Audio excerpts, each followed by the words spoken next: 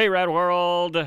My webcam sucks because my dog chewed my other one in half. Welcome to Spoiling Dead. This show is brought to you by Midwest Action Fest. You can get your tickets right now. There's a link in the description below.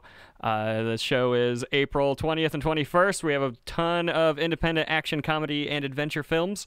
So if that's something that you're interested in, be sure to check that out. And we also are taking submissions for Midwest Horror Fest later in October on Film Freeway, so check that out too. So here's your host, Rebekah Erb. Hello, Rad World. Rebekah Erb here, and of course Daniel Murphy, and we're going to talk about Do Not Send Us Astray. No, I thought when I first read it, it said Do Not Send Us Ashtrays. You're such a dope. Well, in last night's episode, Morgan seemed to have cracked and is seeing dead Gavin. Henry didn't believe Morgan and is out for blood. Hilltop has the worst sleepover ever, and Maggie learned that there is a cost when searching for revenge. There's a cost. So, let's start with the battle at Hilltop, and I do have a question to Hold start up. off. I mean, Did I get that? no, you're fine. Live airs, you know, all the time. Huh? You are visible. You are visible. I don't know what's going on, but the audio's all messed up. Check, checkity. I think I have audio. Talk. No, you guys don't have audio. Hey, a little bit of technical difficulties back on me. We'll get this sorted out here in just a second.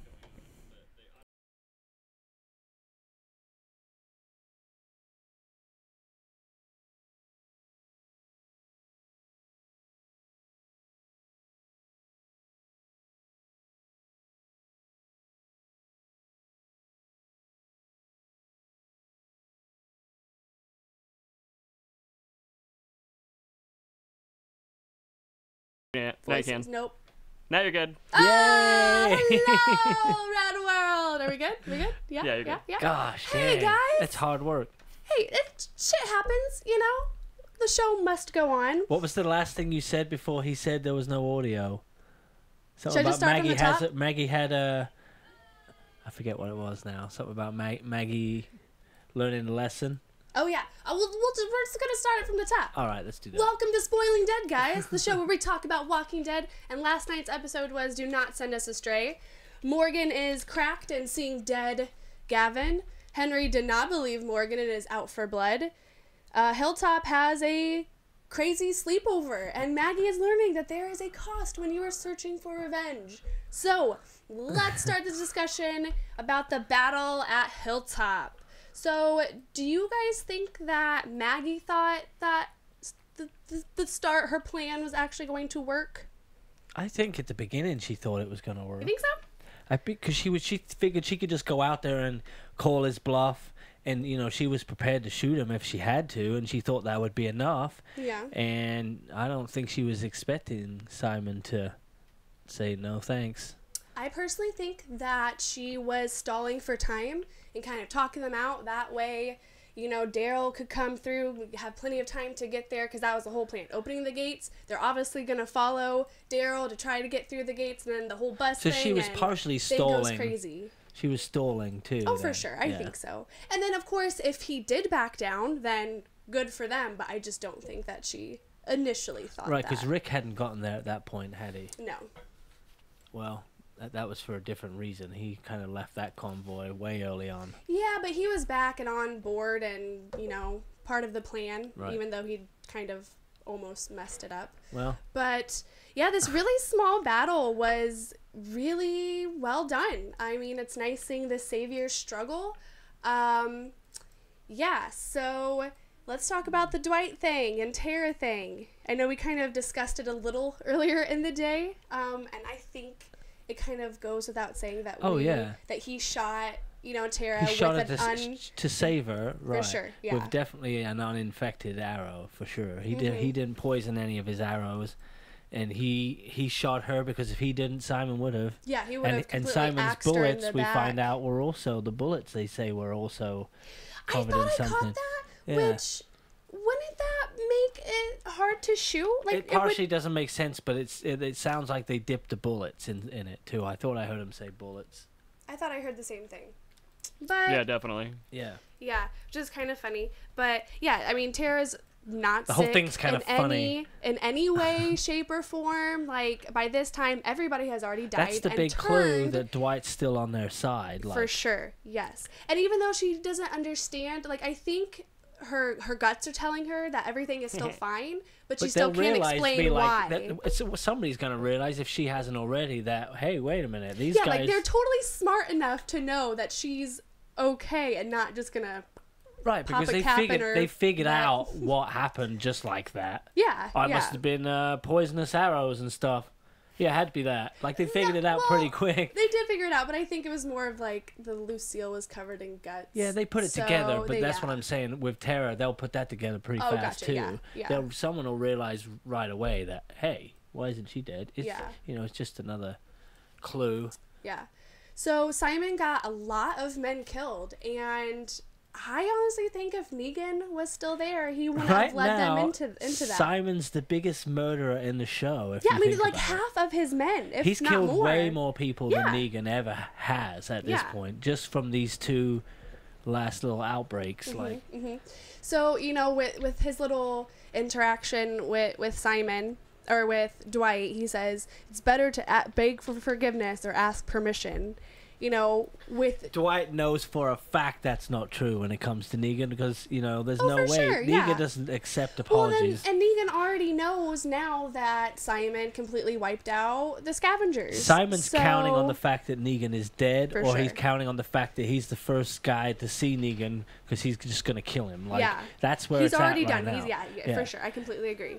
So I'm still on, my money's still on Rick taking a bullet from Simon to save Negan. So if that is not the case and Negan does die, what kind of leader do you think Maggie's going to turn into? Because it seems like her revenge is her main motivation. She's learning fast, and she's learning the hard way a little bit when it comes to some of the decisions, but she needed that rapidly for the balance to happen. Like, she could totally be the one that couldn't be in charge right now. I personally don't think she's there yet. She's made some... You got to make some stupid decisions to know that what the right ones are. So, I mean, it has to happen that way. But right now, she's not ready to be the leader. But she's she's definitely headed that way. Oh, yeah. For sure. But, you know, everyone... Like, it seems like every time somebody was complimenting her and saying, like, how great of a leader she was... She was just, like... didn't believe it, because she knows in her heart the reason that she did all of this was just to get Negan, and now I feel like she kind of feels guilty, but she still has her head on her shoulders, so she's not gonna fully like let that affect her. But she still is a little bit. See, that's the thing. She hasn't realized yet. I don't know. She's just not there yet. She's not there. She's not ready to. Her emotions. Nobody is ready to. Nobody's ready to forgive Negan. And that is what has been motivating her to get her to this point, is Glenn. But I don't know. Yeah, she's going to come to some kind of realization, I think, before too long. I think so too. So they ran all the saviors out with the tails between their legs, and they are in recovery now. How many do you reckon got away? Like, including like... Tony and I were like the main ones. Pretty much, so that's like Simon's crew, or the ones that were in prison? Simon's crew? Out of every one of them, how many you reckon got away? I think probably 15, 20. 15 or so, okay. All together. Yeah. Which, I mean, still, that's pretty low numbers. It is low considering numbers. What they started with. But that's basically that is the saviors now, right? That's all that's left of them, isn't it? Is there a few left at the compound? I think there's some left at the compound, because there's obviously enough to do. But those people that are left are not not like mercenaries. They're just the worker people. They're the workers. And then whoever's at the bullet place with Eugene. Which that's got to be maybe 10 at the most. Right. If you're counting guards and stuff. Yeah. So Tobin and the others are injured and recovering. And we see Carol finally approaching her ex and telling him why she broke up with him. No, I mean, I really liked that interaction with them. I thought it was really, really like, sweet and please heartfelt. Don't tell me that. I don't need any closure. Closure means I'm gonna die. Like, I don't see, like, of course he was a little, like, flirtatious with her, like he has been, you know, since Alexandria. But I think she was just leveling with him. I don't think that they were trying to rekindle anything. No, She was just like, this is why. And he understood that because he, you know, knew that she wasn't really the person who she was pretending to be anyway. Put yourself in her shoes, even though she's a badass. If she hadn't have told him that, do you think she could have stuck him with the knife as easily as she did? I think it was hard for her to do it. I mean, she still had an issue there. She definitely had to think about it, but I think, you know, she had no unfinished business really with him after that. So, I mean, it made that easier, I bet, making that decision. But, yeah, that Carol just can't get a break. I know. When it comes to the boyfriends and men. I know. Poor thing. But, yeah, so everyone's, like, recovering, you know, still having a hard time. Rick is shutting everyone off. And, Siddiq is trying to help him with that cool prayer that he tries to, like, kind of support him mentally and emotionally. And, you know, that's where we get the title connection. Yeah, see, Rick needs to find his own thing. Like, these people are helping him. Like, have, like vices. Rick needs to find his own thing. Yeah. And until he takes that bullet or whatever the hell happens to him, like, something is going to trigger him to be like, I can't do this anymore. That's why Maggie is the right one to take over, because Rick's getting to the point. He has really not a whole lot more to fight for. I mean, like, he's going to be there, but he can't be the leader. For sure, yeah. And this is is the realization of this injury or whatever happens to him, or whatever this big moment is. I think he saves Negan, is the moment where he decides where he's going. But you know, Maggie's not had a. She's not ready to take over yet. Yeah. It's coming. I think she's definitely the best one for the position. But do you think Rick will come around to Siddiq? Yes, I do. I actually don't. I think that he will tolerate him, but I think he'll always kind of, like, give him half-ass answers and not really have that, like, forgiveness. But what if he saves Maggie during delivery? What if an incident like that happens? Rick's gonna. I still see like I said, like, I think he's going to tolerate him and respect him, but I think he's just going to always kind of avoid him. I think Siddiq right now is what we're seeing visually for Rick for us to see a change. The apology or the handshake between him and Siddiq is the moment where Rick finally is made that mind up, made his mind up. What's funny though is that change in his like mind. Siddiq is over Tobin, helping him, and Rick like just about kills him. He's like, "You stay down. Don't even like apologize for it. Just." He's like, not sorry, man. I didn't know it was you. He's not there yet with Siddiq, but he Yeah. will. I think he will. Yeah. I do believe that's part of what we're going to see. Rick's change is going to be an apology. Yeah, and Rick is shutting out Michonne, which is hard to see, but it's so understandable. Like, even like today's world, he gave her a bit, a little bit, and I know Michonne definitely understands how Rick's brain works. Because she even saw how like his crazy side when Lori died, because that's kind of shortly after she came into the picture. Right. But, it's still hard because even like in today's age, a crazy percentage, like 87% of like parents get a divorce after a child dies. So like they're experiencing that really rough time, and at least like I think she's being patient with him and not pushing the issue. Right. Because that would just push him farther away. I think she knows Rick more than anyone. Oh, because I completely she started agree. out as an enemy as well. So she's kind of. Can I just put a stop to you guys for just 1 second? Yes. As of a study of, I guess 2009, it's only 16% of parents divorce after the death of a child. Really? Because I remember it being like a lot more than that. That's good though. That's really good because that's a hard thing to go through. Apparently a myth that it is higher. Wow. Well, I'm glad that you corrected me on that because I always thought it was because, it makes sense, and she definitely became Carl's stepmom, she was his mom. But, so now everybody is turning. Negan's plan worked.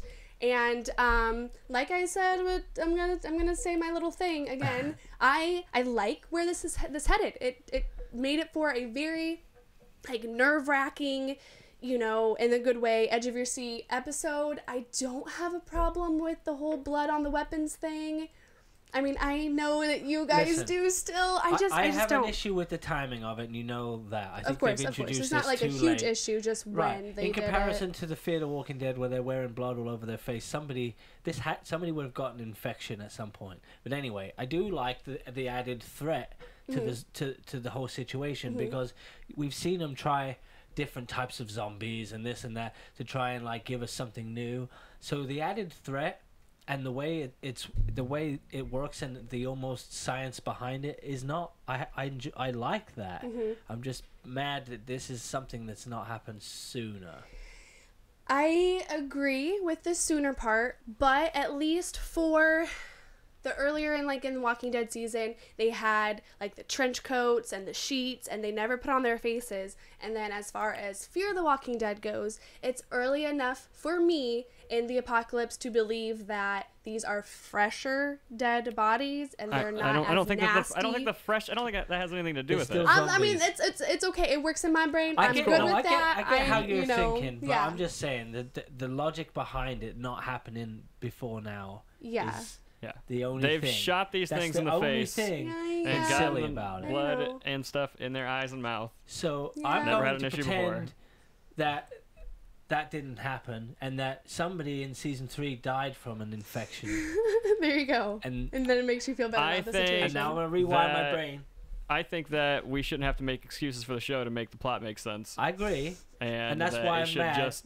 But I'm willing to meet Rebekah in the middle. They should just stick with the rules they created and write better stories instead of like. It's got to be part of the end game somehow. I agree with Deanne that it's a new threat now, and now we are afraid of the dead again. When now it kind of seemed like that they were kind of in the background. But the dead don't even have to be there for you to get it now, because now they're just turning you. Now let's talk about it then, Tony. Let's talk about this, just because now we're talking about it. Season 2, we find out the infection is in you. Is in you. Everybody has it. Yep. He whispers something else in Rick's ear. We'll never maybe know what that is. Maybe we will. I don't know. So everybody has it. That's what he whispered in his ear. Right. So everybody has it, right? Yeah. But in order to turn into a zombie, you have to die somehow. Yes. What they're saying is they can give you something that will speed up the death process, like a stab wound or an arrow, which could kill you, but probably not. But now that's in you, right? It's double infection. It's like cancer. Well, no, we all have cancer in our bodies. I'm sorry, I'm interested. It's got to be two different types of things. What I'm saying, the virus that's in you has to obviously be a different strain of virus as to what. The virus that's in you is the same virus that happens when you get bit. It is, but it must change somehow when you turn into a zombie. This particular virus over here must be a bit different in order for. It's like when you die, the strain mutates. Right. So basically, all it does is it speeds up the infection, and it makes you die faster. So you're not dying from the injury. Still, they're actually saying you're dying from the crap on the arrow, and now that's making less sense. Yeah. What do you think, Tony? Because it's already in their system. They're saying that they can take zombie blood, guts, whatever. Right, but it's the same. And you'll die from contact from it. Right, and it's the same. But it's in my mind, it's the same principle. Wouldn't that be no different from getting it in your eye or? No, I think it. Yeah, no, it's definitely not. No, definitely not different. Definitely not different from getting your eyes or in your mouth or anything like that. Right. Unless.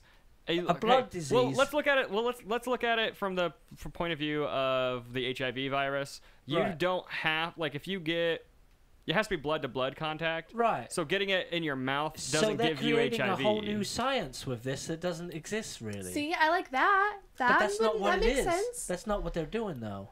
It is. It's a blood-to-blood. It's always been a blood-to... Well, it's not really. And then, but it's not blood-to-blood. It normally metamorphosizes into a zombie. When a zombie bites you, they're not getting their blood in you. Right, no, but then it's... Have you seen the walkers' mouths? Of course they do. It's all gooey and bloody and dead. But if you got freshly bitten and turned right now and bit Dan, he would still turn into a zombie. Okay, all right, you sold me a little bit more because if you think about a bite, they don't bleed to death. No, they just get a bite, then they get the infection. So it is the same. Yeah, it's the same. It's just the principle that just getting the blood on you or in you is turning you, where before It was. It's bound to have happened. Yeah. It just should have happened earlier. It should have happened earlier, and they should have in last season of Fear the Walking Dead just made it a thing. Been like, hey, it's been a thing forever. So because they do it all the time. If they'd have just set the rules up there, I'd buy into it a lot more. Like in Fear the Walking Dead, you said? Yeah, because it's a prequel show. Like if they'd have just set that rule up in there, so that way it was like, okay, well they're doing it over. But they for sure, like that would be a quick, easy cover. They're the ones wearing blood all the day. time. Exactly. So that's what I'm saying. Is if it would have happened earlier on in an episode of Fear, where one of the random people got sick because of it, and then they had to protect themselves better when they were covering it. What if the people wearing blood in Fear the Walking Dead built up some kind of immunity where it's not that they're immune, but they have a barrier? I'm still saying that they're like fresher dead bodies, so it's not as like gross and crazy. Talk about Father Gabriel. Mm-hmm. He got it because of their older walkers. Didn't kill him. But it didn't. But Negan didn't get sick. Some people have stronger immune systems. But Gabriel's still alive. All it did was make him blind, so it didn't actually kill him. Right. So it doesn't make sense. It well, should kill everybody. He got antibiotics, but he did. But did that really stop it? It's a zombie virus. They can't cure it with CVS pharmacy. See, the way that I see it is, I don't know. Like with the wounds, it's blood to blood, and he just like it's just like I don't. Like a type of sickness that you'd get if you were like extremely like your hygiene was so bad that you turned sick because of it. Gotcha. That's kind of what I got from it, and that's good enough for me. The festering of these nastier yeah, because you gotta think of like how old these walkers are. I mean, it's blood and Jonathan guts. has a comment here from They Said We Said. I would love to hear it. Yeah, I'd love to hear it. He wants to know why Tobin looked like someone killed him in the middle of the night. But I don't know who Tobin is, so I couldn't. I think he woke Carol's ex. He woke. We were commenting on this, Tony. Didn't I say something like, if he doesn't look like he's sick, and then the next shot he was like looking like he was sick. No, because when he was talking to Carol, he was definitely like, like kind of like sweating and pale a little bit. It could have just been from that. Like he was stabbed in the chest, so it could have been maybe he collapsed lung. Like I bought. He also says happy birthday to your daughter. Oh. Thank you. Yeah, thank you. Yeah, that's crazy. I'm still trying to process that 18-year-old daughter today. That is crazy. So yeah. I saw that he was sick, from and kind of coughing, and then you have that time pass. He was kind of your and first then you have clue. his last moment where he's dying. He just like looks worse, and then he has his last breath, and we see him die. Like I think he looked like it when he was talking to Carol. Everybody just turned pretty fast. It seemed like it, but there was still. I mean, it was like 4:30 when they were really ravaging and everyone like found out. How did they not wake people up? When that one guy falls down the stairs. How did they not wake up? Like I mean, like they're in an apocalypse. They survived. Right. Like they have to be pretty stealthy and like. Nobody woke up. I know that was pretty annoying. Maybe they were tired from the battle. Okay, but somebody's going to be on edge. I don't think anybody's tired from the battle. I think everybody's full of adrenaline and on edge from this whole thing. Pumping. Yeah, nobody's sleeping that night. Somebody's going to be a lookout. I wouldn't be able to sleep that night. Yeah. Somebody would be a lookout. No, because the lookouts got. There's always somemeone awake in the corner of the room watching. Yeah, that's true. Somebody. This is very true. Yeah, that part was a little too much, but so yeah, let's go on. I like the whole way it looked like just an infection spread through the house and it just took everybody out. Like, I like that because what I like to see, and this is after Jadis what's her name, Jadis or Jarvis? Jadis. See, now I'm doing it. Eden. Yes. After her group got wiped out, that I'm not the only one. Like a lot of groups are being kind of thinned out, and we're getting a smaller group that we're hopefully going to see some kind of finale with, which is nice. Like, get rid of all the red coats and just give us a smaller group of people that we care about. To connect with and to learn more about and things like that. Right. So I like that they're thinning the herd. And I liked how they did it. It looked good. Equal amounts of people from each group, the saviors that everybody. Now the only people we're waiting to see again is Oceanside. So you think they're coming back? Oh yeah, for sure. I think Aaron might pull in like Gandalf did at Helm's Deep, and they're gonna wipe them all out. They're gonna just like not fly a bird all the way there. Is he gonna be a different color when he shows up? Yes. He's gonna be have a big white beard. Aaron the White. He's gonna be Aaron Ex Machina. Didn't you just see him a couple days ago? He had a beard. I did see him a couple days ago. Oh, shoot, guys, I shouldn't have brought this up real just yet. quick before we talk about like the Great Escape. So we went to Horror Hound in Cincinnati this weekend, as in we, I mean Tony and I, and oh my gosh. Okay, so first I saw Morales, and he winked at me, and I completely freaked out, and he felt so sorry for me because I'm such a dope, and I made a fool of myself. He's like, oh, come over and give you a hug. So I'm thinking I'm recording this whole time, not recording. I was like, can we do that again, and I can hit record? So we hug again, No, and it was so sweet, and I'm like shaking and crying. I'm like, oh my gosh. Oh, that's so and funny. then I see Jerry, and probably like should have gotten a restraining order because I'm just like, Jerry. I'm the Walking Dead's biggest fan, Jerry. Jerry, So pick Herschel me. and Aaron and Eric and Kari was there, but he was like, you know, Key and Ezekiel's You've already there. hung out with him. Yeah, I took a picture with him, and I cried. Like, if you look on my Instagram, scroll down a bit, and there's a picture of me and Kari, Tony, after and this you weekend? zoom in, Yeah. zoom in, and you got tears. I got tears. But amazing weekend. It was just, it was so great, so great. But yeah. So let's talk about the Great Escape. And leading up to that, Henry, why? Hold on one Yes. second here. Okay. Can I maybe if I can get this thing to work? Let's see if I can get this thing to work. Oh, he's getting something to work. Is Maybe that I my can't. pitiful video? Yeah. Oh gosh. I'll try again in a little bit. Yeah, come Continue back on. to that Oh for my sure. gosh. So why didn't Henry believe Morgan? Because you just know things.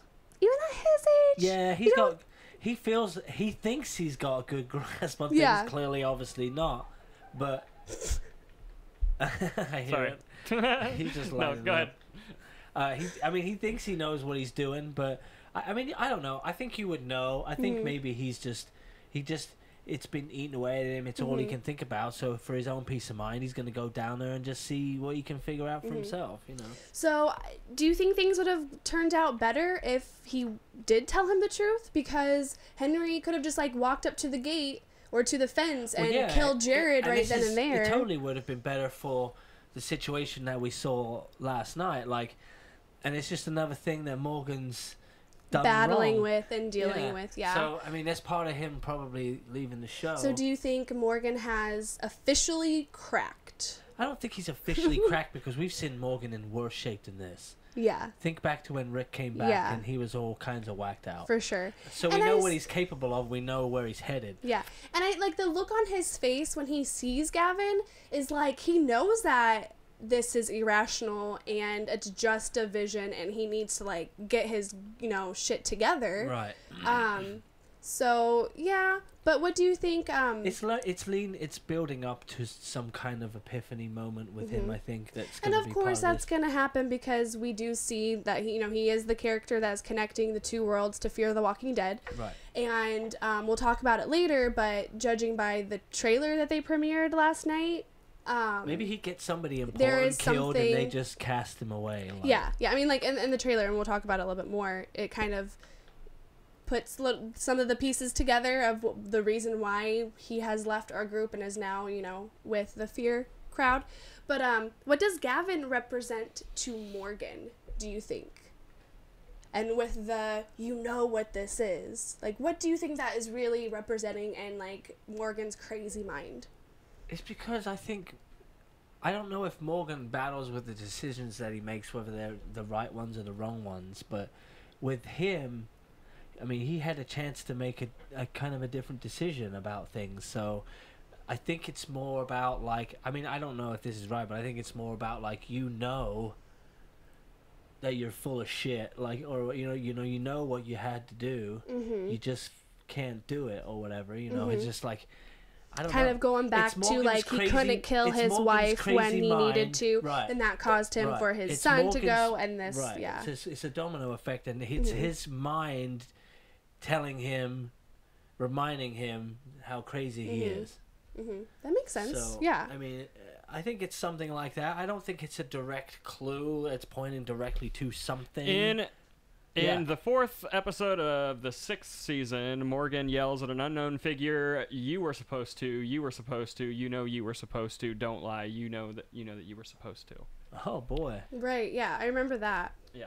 So. And that's a reference to this. Yeah. Yeah, it's the same. Yeah, you know what this is. Like back with his clear. So it's how he days. talks to himself when he's crazy. Yeah. Yeah. And that's exactly what it is, because he had his son, you know, like the whole situation with his wife, but he still had his son to ground him, and then he couldn't follow through with killing his wife, you know, Walker wife, and then in turn, you know, like you said, that domino effect. So he knows what this is. He knows what it is stemming he's about to from. have a breakdown again. Yeah. Because he's had many. It's like when you get home, or it's like when you go to the bathroom after a real heavy night of drinking and you're in the bar and you go to the bathroom and it's finally quiet and you're talking to yourself in your head, right? You've all done it. You got a voice in your head. I talk to myself when I'm sober anyway. You never have a better conversation with yourself until you're drunk, looking at yourself in the mirror, and you're like, oh, you're gonna be alright.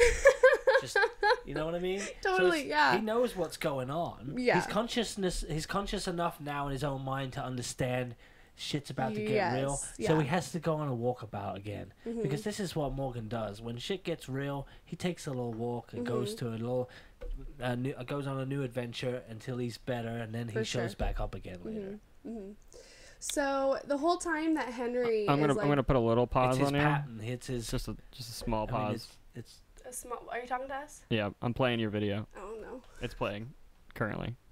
There's not a whole lot of audio for it, but that's all right. Just so people know how crazy you are. It's pretty great. Can you zoom in on the tear? All right, continue back on. Sorry. All right, cool. So after that little dope fest, yeah, so I'm just for more moments like that, follow Rebekah on Instagram. Instagram, Twitter, Facebook, YouTube. Anyway, so this whole time that Henry's doing this, I'm like, you little brat, like, stop. You know, he's doing what a kid does, but in the apocalypse. Like, I totally like, you know, his actions were justifiable. Well, yeah, which is like, because remember how you acted as a kid? Like, you took things that you really weren't supposed to take. But it went down exactly as you thought it was gonna. Like, this is not gonna end well. Oh, for sure. And then Jared, little creep, away, hides behind one of the guys because he knows that. I told Tony, I'm like, just wait, he's gonna push that guy in front of him to get out of the way. Like, it looked like he was just shield.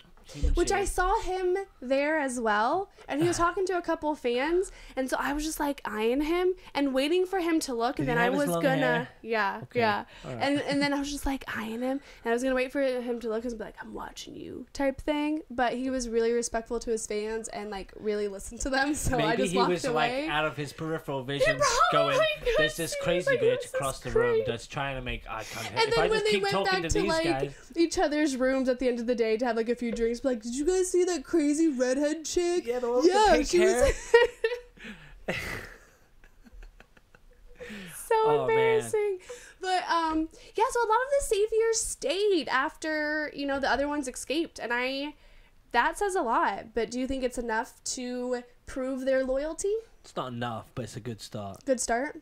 Yeah. I mean, the one the younger guy, I mean, he's obviously the standout helper. I didn't know how many people were with him, but I only saw 2 others, so, you know, oh well, there's 3 left. Well, no, because there's a whole, they were like holding the 7 back. Trying there to close 7 of them? Oh, there was a few right there. Yeah. Okay, so there's a good 7 or 8 of them then. For sure, yeah. I think I don't know that I would with that kind of number, I wouldn't right away trust any of them. Except for maybe the younger You definitely kid. keep your, like, if I was Maggie, I would put him back in there, but then explain to them, like, hey, like, you're on the right track, but understand why I'm doing this. Well, she gave him outside of the jail privileges before all of that. Down. Yeah, that guy was able to bury his own, and then, I mean, just all of his dialogue is basically, like, him trying to convince Maggie that he's not one of these guys. And then, you know, the rest of those saviors that stayed, I think, is trying to say the same thing, you know, but yeah, I think it's a good step, but it's not going to be like the nail, you know, whatever, to make them actually like be not in the fence and, you know, whatever. Right. So the war isn't over and Henry is missing, and I honestly think that Henry is okay.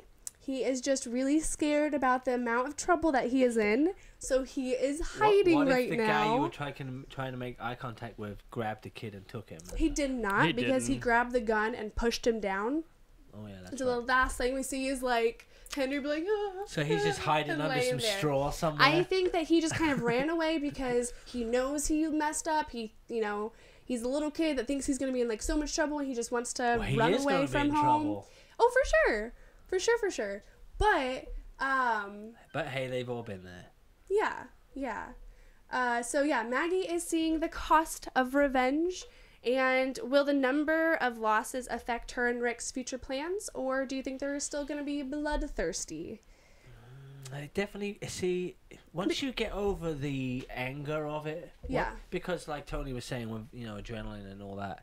Once you get over it, and once you've laid there and slept, obviously extremely hard, to hard enough to where you can't hear zombies walking through your house, like you've had a good night's sleep.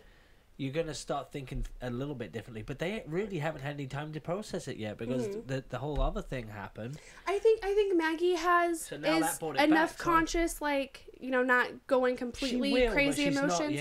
But I think she's starting to see, because she sees, like, after, they turn to walkers and then they kill him and bury him. She sees the numbers, and that's when you can just see it on her face. And she even says it. They're like, Maggie, what is it? And she's like, the cost. Like, this is the cost. Didn't she say that she still wanted to kill Negan? I think that was a little bit. I think that was in between the recovery. That was the recovery break. So she's starting to realize that the cost of war is. Well, I think she's starting to realize the cost of revenge. Negan. Because she did go into detail a lot about how. It's been what's driving me is Negan. Yeah, to that one archery girl. Yeah. So it is almost. She's seeing all the dead bodies in the graves. Is obviously like blaming herself. Like, I've been chasing Negan, and all I've gotten are dead people around me. Oh, for sure. Well, she sent him that walkergram Negan's even just to get him all riled up and him to come here, but to come there. Negan even has been saying it. Like, obviously, what he's saying about I just come in, I crack a couple of skulls, and you guys listen. No one has to die. Like that is legit. And they make them work and really scavenge and find a lot of food. Now poor Negan actually needs rescued. I know. Because I think that's what's going to happen. I think she's going to like wave Negan in front of everybody for the highest bidder. That's what she does. The highest bidder gets Negan. Who gets to have him, kind of a situation. That would be cool. But I think I don't think she's going to help him. I think she's going to use him as a little I agree. pawn. Yeah, I think so, because that's what she does. She barters. It's always a give or take, whatever the heck gibberish she's on about. Whatever deal she can make. She's kind of like a girl. This is the ultimate deal. Yeah. Deal or no deal. She's got Negan now. Hanging above that grinder. Who wants him? Oh, I forgot about the grinder. That'd be wicked. Yeah, because you see in the commercial, like right after the episode ends, she's pulling him out. And he's, like, tied to one of those, like, things that you go underneath the car. A crucifix? What are they called? Oh, a creeper. No, like the thing that goes underneath the car. Yeah, a creeper. When you work on a car. It's called a creeper? It's called a creeper, yeah. Mechanic creeper. It's called a creeper. That's not just, like, a slang word for it? No, it's called a creeper. That's its name. Really? It's like a little low-profile dolly that you lay on. Yeah. It's called a creeper. Oh, it's a very interesting name. Yeah. Not to be confused with somebody that looks in the window. But he's all tied up on a creeper. That sounds so funny. So yeah, it's definitely gonna be interesting. She's, I'm wondering if he can convince her that it wasn't his doing, that he found out that Simon completely didn't listen to what he told him to do. Obviously, it's going to come out. He already knows that Simon isn't listening to him. Well, that's what I mean. Like, do you think he can convince Jadis that, like, hey, this actually wasn't me this time? At first, that was my first thought of it, that maybe he could talk her around because they're both kind of screwed. Right. But I don't know. I feel like it needs to be more adventurous than that. You know what would be kind of cute? That Negan did turn good, and then Negan and Jadis got together. Here we go. All right, Tony, wrap this thing up. It would be a good dynamic. I have to bring up something from the episode that we just glossed over like nothing happened, and I need to talk about it. The battle? Uh-oh. No, not the battle. Uh-oh. The idea that Sadiq is supposed to be this, doctor saving, Maggie and having the baby and all that jazz. And they already had a damn doctor who's a crazy bitch, and not anymore. Yeah, not anymore. But I'm just saying, where'd this lady come from? She did, and she made it sound like there were more. Like she was that strict with the rules of how you can be in here that there must be more of them. Is the way it sounded. I mean, if you're gonna get in on this on my team, you know, she kind of worded it like she had a team. Yeah. That was definitely my thought when I was watching the episode, and I had it in my notes. But then when I was like, let's not talk about her. Gabriel and him. I just figured that she was just somebody that was trained. You know, I don't know. Sadiq was a lucky somebody that was accident. trained like a doctor. I mean, like trained by like what's his face that is dead now. I can't think of his name. Yeah. I'm just gonna say Carson. Oh, Carson. Yeah. Show's full of holes. But it is full of holes. On that note, let's wrap this thing up. Okay. Becca, where can they find you? So what's happening Not next? wrapping it up yet? I'm wrapping it up. I promise. Are you? Remember that whole time restraint thing? No, because we're gonna talk about like what's happening Wait, next. Tony, there's 3 more bullet points. No, Tony, there's not. No, there's not. Just Tony, just shut hold your on. faces. But let's just talk about this a little It's bit. just 3 more bullet points. I just want to talk about the sneak peek and the thingamajigger. Oh, the thingamajigger. The red machete? Next week. Oh my God, it's a whole new page. I'm only going to talk about 2 things, 2 bullet things. So the sneak peek was Carol, you know, thinking that Henry is dead, and the king being super disappointed in her and like heading out to search for Henry. And then next week's episode is called Still Gotta Mean Something, and a Heaps prisoner makes a discovery. Carol searches for someone in the nearby forest. I'm assuming wait. Henry. A Heaps prisoner? Yeah, like That's- Jadis and Negan. A Heaps prisoner is Negan.